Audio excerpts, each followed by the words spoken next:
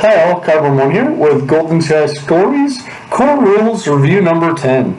The themes here are a small town with a deep connection to nature and spirits, and the spirits are called Henge, or like animal spirits if you will. They are separate yet a culturally relevant portion of the town.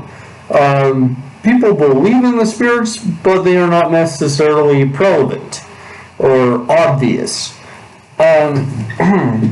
This kind of reminds me of Studio Ghibli's peaceful, down-to-earth sense of hope, and just a real sense of earnesty about it.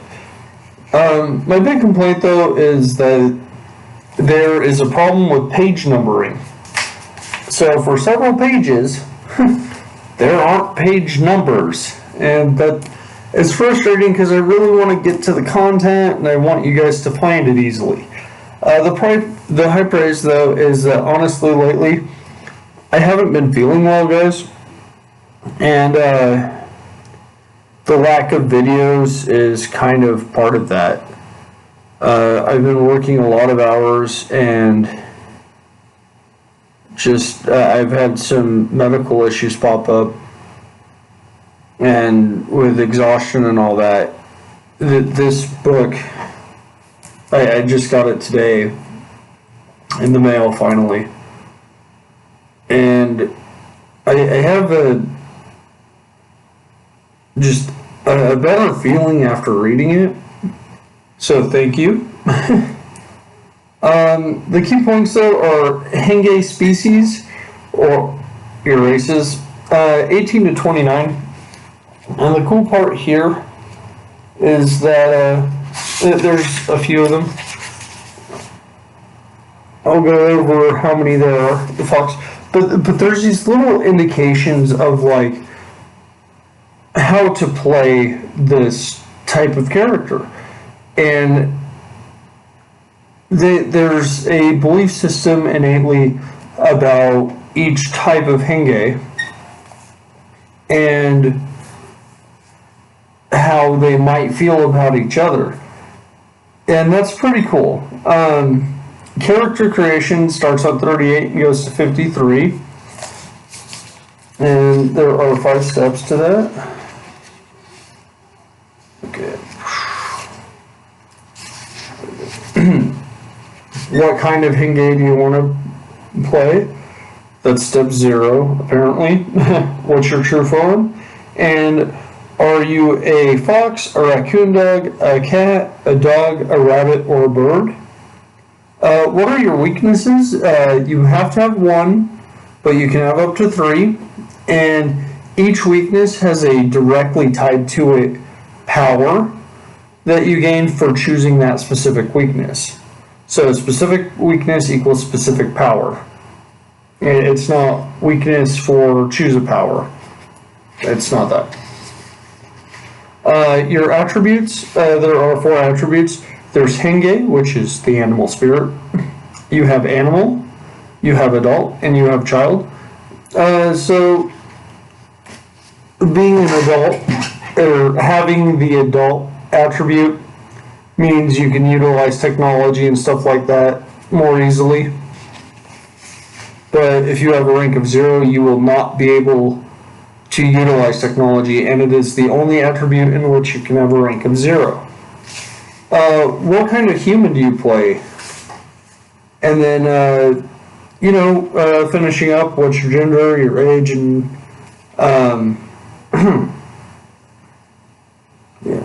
your name. Yeah. So here's an example of the fox, and here's these weaknesses, and then the power you gain for choosing that weakness. And once again, there's not the page numbers down there.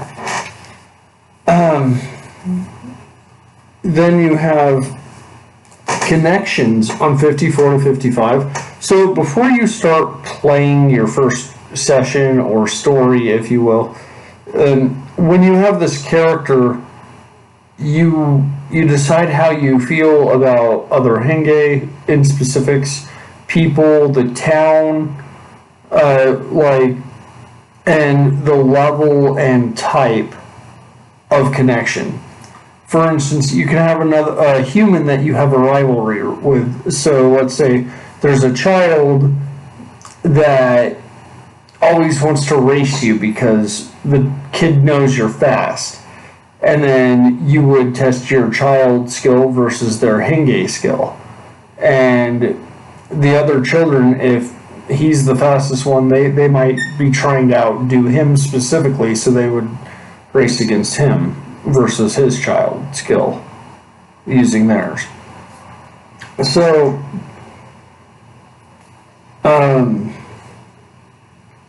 but do you love your town? Are you loyal to your town? Like, do you admire the idea of technology, for instance, which kind of puts you on the outcast form of a henge? And then you have a gameplay flow section on 56 to 62, and basically it kind of breaks down how scenes and stories work, and you can use one character for several stories, but it's not a campaign style game necessarily. It's more of a short little burst game. And there's like considerations for technology, surprising humans, and fighting on 62 to 65. This genre is classified as everyday magic because it's these little things that really add up. Let's see, being a narrator on 70 to 74, it goes over like how to run the game, like your responsibilities and how to help others have a good time. There's 2 sample adventures in this on pages 90 to 99. There's a bestiary, if you will, and it covers different types of people and different types of animals. On 106 to 120, remember, you're not trying to kill these things, you're trying to help them or fend them off if they are dangerous to you without necessarily hurting them. Then you have a local god section, and right before that you have Japanese religious beliefs. And so it's a really good insight onto Japanese culture and how that works. And then you have a sample town on 127 to 133, and on page 131 it kind of gives you some advice on tweaking the town to suit your needs as a game master. There's a table reference on 143.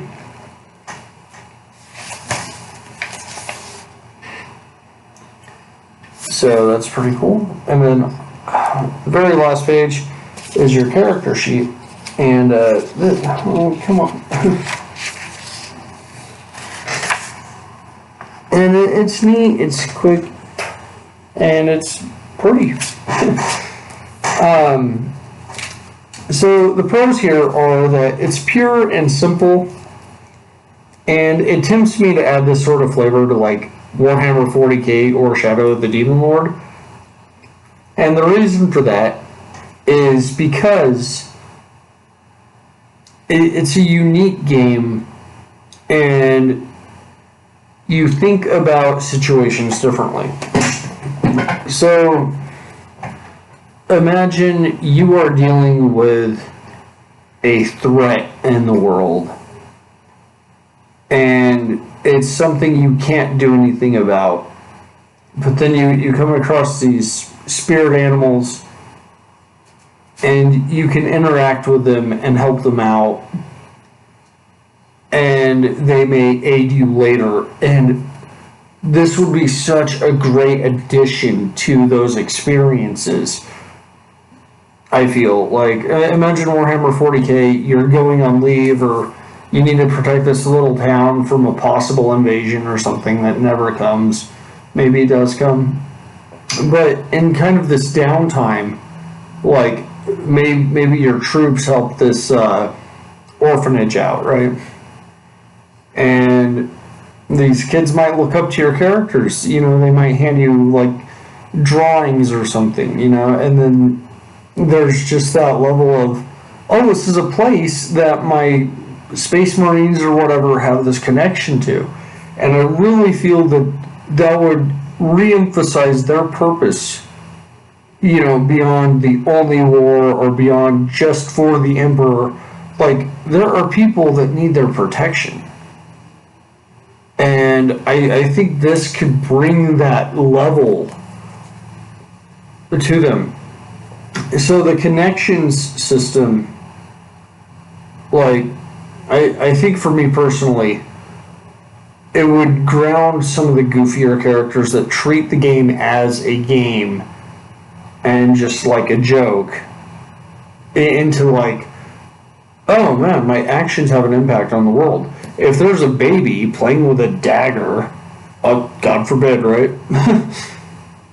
How's the player going to react to that?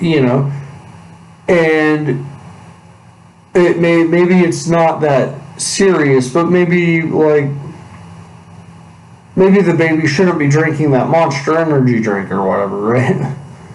And there's that. The only con, though, is that the page numbering could be better, because obviously it's not there sometimes, and that bugs me. If you're a long-time viewer, you know that. I recommend this for anyone that hasn't been feeling well lately. And if you would like the world to be a simpler place, even for a little bit, this is an amazing product. It has some cultural insight on Japan that is just invaluable to me, because I love that sort of thing. Anyways, it's been 12 minutes, and it's a bit longer than normal, or I like, because I don't want to waste your time. But thank you guys. I wish you the best. This reminds me of the Studio Ghibli work. Alright, Carbon 1 out.